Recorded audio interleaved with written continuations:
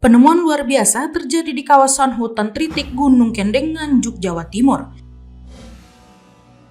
Tim arkeolog Museum Sangiran bersama Dinas Pariwisata dan warga setempat menemukan fosil belasan hewan purba yang diperkirakan berusia 800 hingga 900 tahun silam. Fosil-fosil tersebut ditemukan dalam kondisi yang cukup baik di area yang sebelumnya tidak pernah dijamah oleh aktivitas manusia. Di antara fosil yang ditemukan terdapat kerangka hewan purba seperti banteng purba, gajah purba, badak purba, harimau kancil, dan beberapa jenis hewan purba lainnya. Beberapa fosil yang ditemukan juga mengindikasi keberadaan hewan laut, menandakan bahwa kawasan ini dulunya mungkin merupakan wilayah perairan atau pesisir. Arkeolog Agus Trihaskaryo memastikan bahwa fosil yang ditemukan tersebut merupakan fosil banteng purba. Namun, karena fosil ini sudah berpindah dari lokasi asalnya, penelitian lebih lanjut diperlukan untuk mengetahui usia pastinya dan kondisinya juga perlu direkonstruksi untuk diselamatkan. Agus juga menyatakan bahwa penemuan ini membuka peluang besar bagi penelitian lebih lanjut mengenai sejarah geologi dan fauna purba di wilayah Nganjuk. Penemuan ini sangat penting terutama untuk memahami lebih lanjut bagaimana evolusi hewan di kawasan hutan tritik serta perubahan lingkungan yang terjadi selama ribuan tahun. Ini apa saja ini, Pak? Ya, kita temukan beberapa bagian dari kepala pos banteng. Ya, tapi kita lihat dia tidak in situ, artinya sudah mengalami longsoran. Nah, tapi cukup lumayan lah. Ada beberapa bagian yang kita bisa rekonstruksi, terutama dari tanduknya, ya, kornya, dan beberapa bagian kepala. Nah, kalau kita lihat dari matriks yang menempel di bagian kepala itu ada pasir-pasir sedang ya, berwarna kecoklatan gitu ya. Ini tampaknya oksida besi. Kalau kita lihat dari butiran pasir, ini kemungkinan sekali dia diendapkan dulunya di lapisan pasir formasi Kabuh gitu. Dilihat dari kondisinya, usianya diperkirakan berapa tahun? Kalau usianya kita masih tanda tanya ya, kalau karena ini sudah longsoran gitu. Jadi untuk relatifnya kita masih harus teliti lagi di mana dia awalnya terbentuk, walaupun nanti formasi Kabuh itu dari 900 sampai 750.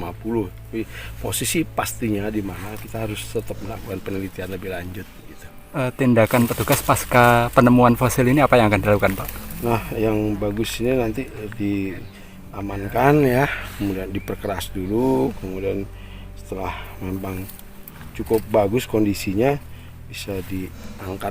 Dan ini juga bukan in situ, ini masih longsoran supaya kita amankan dulu. Kita amankan gitu. Selain kepala banteng ini, temuan lain apa banyak, Pak, di sini, Pak? Ya, kalau kita lihat dari sebaran-sebaran fosil, beberapa fosil di sini ya, ada gigi bovit atau kerbau atau sapi gitu, kemudian juga ada beberapa binatang-binatang servut juga ada, kemudian tadi kita lihat karapas ya, dan plastron kura-kura. Gajah juga ada, Pak. Nah, gajah kemungkinan juga ada di sini, ada karena beberapa informasi kita menemukan gigi gajahnya. Mungkin ada alat mungkin orang purba.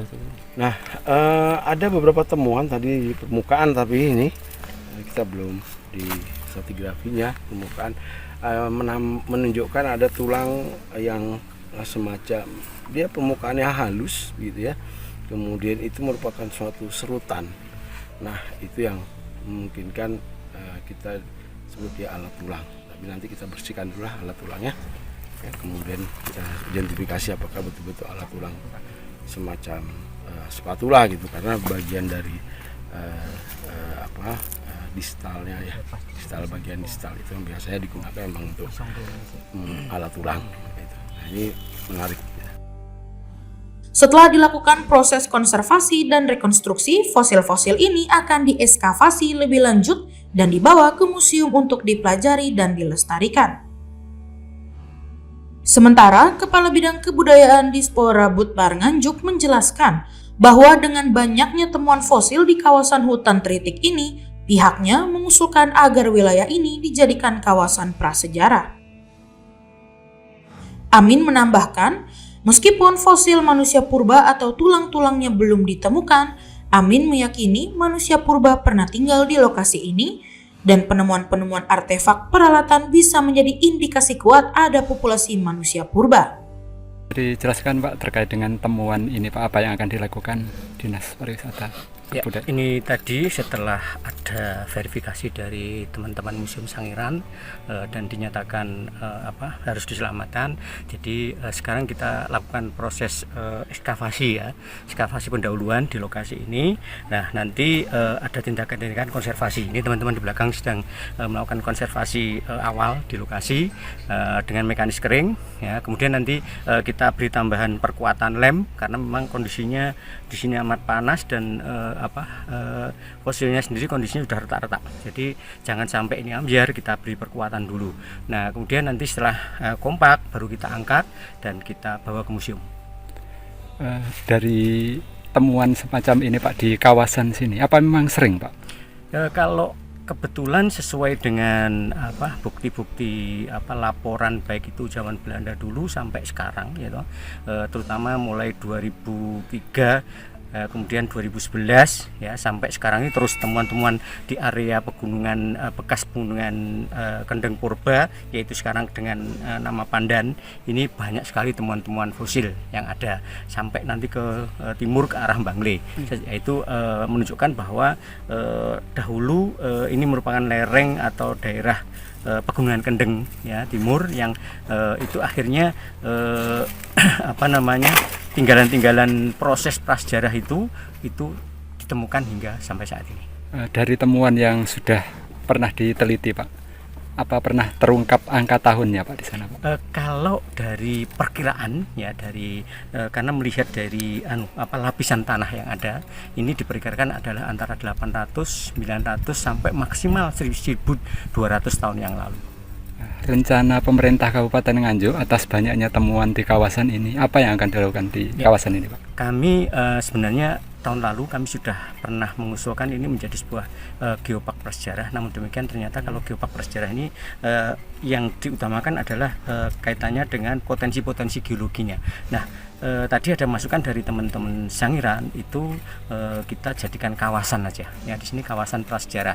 Nah, untuk menjadi sebuah kawasan prasejarah itu perlu ada langkah-langkah yang pertama barangkali adalah delinisiasi ya, jadi ada pembatasan titik-titiknya, kemudian nanti dilanjutkan dengan kajian. Kajian, kalau kajiannya saya kira sangat mudah karena memang potensinya sudah yakin sudah ada dan sudah banyak sekali ada yang sudah di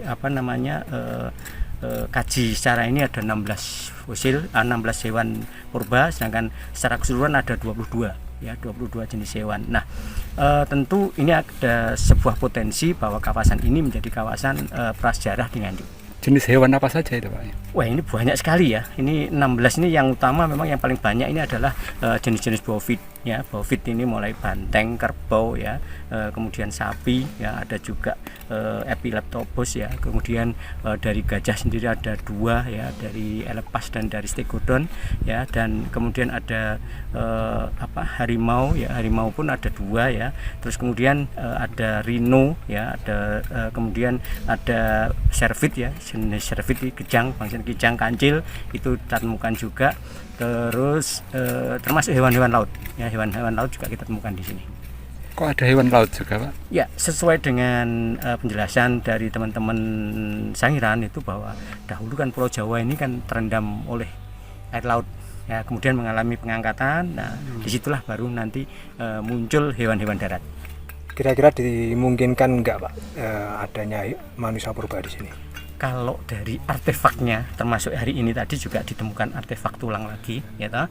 Artefak tulang berarti sangat dimungkinkan ada, termasuk pada saat 3 atau 4 tahun lalu kami ke lokasi sini, itu kan juga ditemukan tempat perapian ya, tempat perapian mereka untuk membakar itu ya.